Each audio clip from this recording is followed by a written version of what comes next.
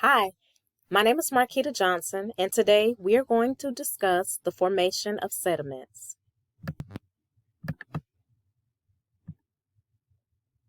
Okay, so what is a sediment?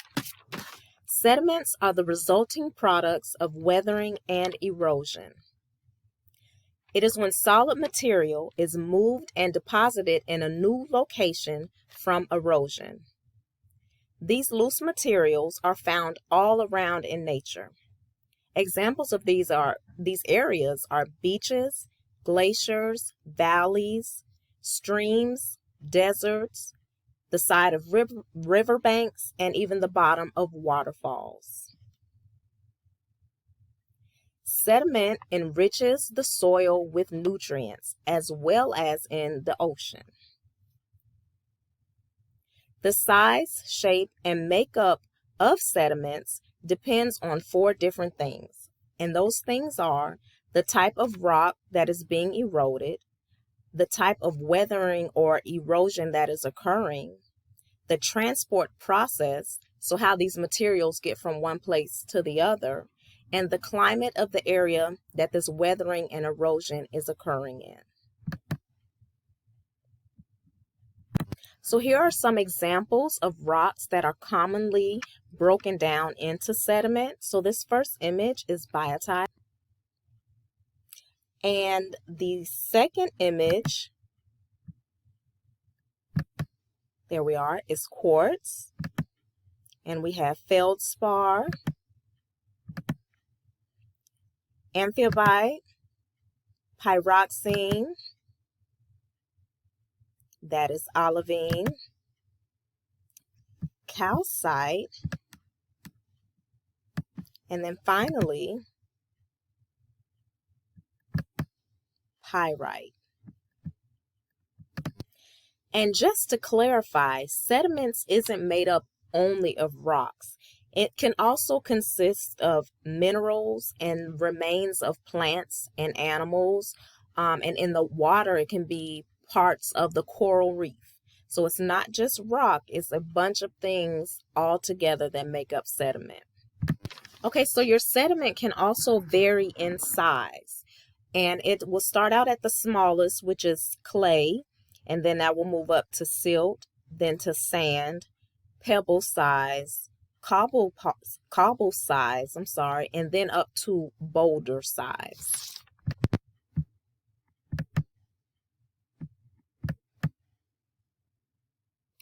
So what is weathering and what is erosion?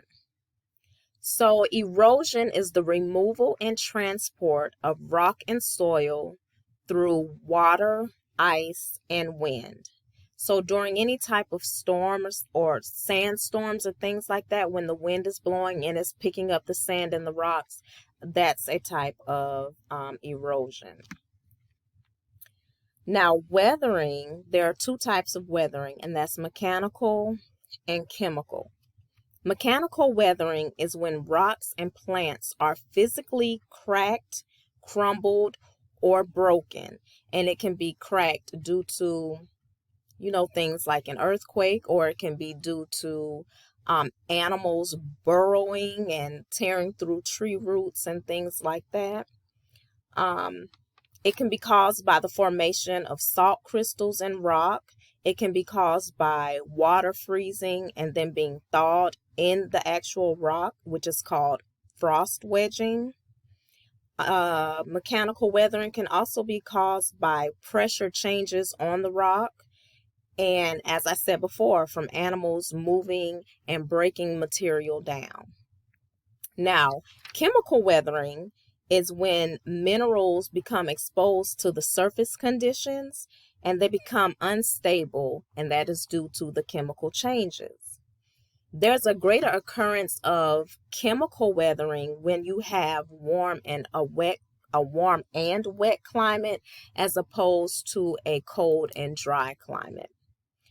Chemical weathering uses the water, oxygen, and carbon dioxide. And those three things are what's going to affect the rocks and minerals and other things that's going to break them down and cause the chemical changes. The three chemical changes is going to be hydrolysis, oxidation, and dissolution. Okay, so hydrolysis is the breakdown of a substance from water. Oxidation is when rock minerals react with oxygen. And then dissolution is when rock is dissolved and then dispersed in a liquid, usually water. So an example of hydrolysis is when feldspar in granite changes into clay. It's broken down into clay. And then an example of oxidation, very common, which we all know, is when iron is exposed to oxygen and it turns to rust.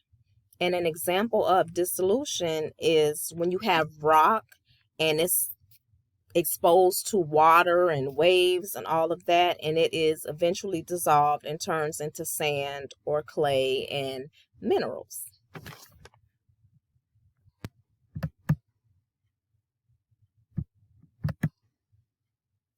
So these are two charts that I got from our text, and it's just showing that we have two different environments for sediments to form, obviously, and that will be land and sea or marine. And then it shows you the different land environments and the transport process, where it will take those different materials and products, and the type of sediments that will form. So you see you have the glacial inland, and then the marine, it gives you examples of the beach and of the reef, shallow water, deep water, all of that. And you'll see sand is in so many of these, and clay, but then of course you have the bigger pieces like gravel, and it's just a great chart to show all the different areas and the types of sediment that is formed.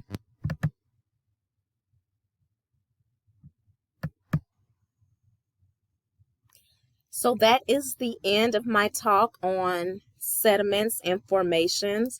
I did have some examples to show you all, but unfortunately we had a huge storm and it blew in my bedroom window, knocking down our visuals. So I do not have that, but I do hope that you all understand the formation of sediments. Very simple, very self-explanatory. Thank you. Have a good day.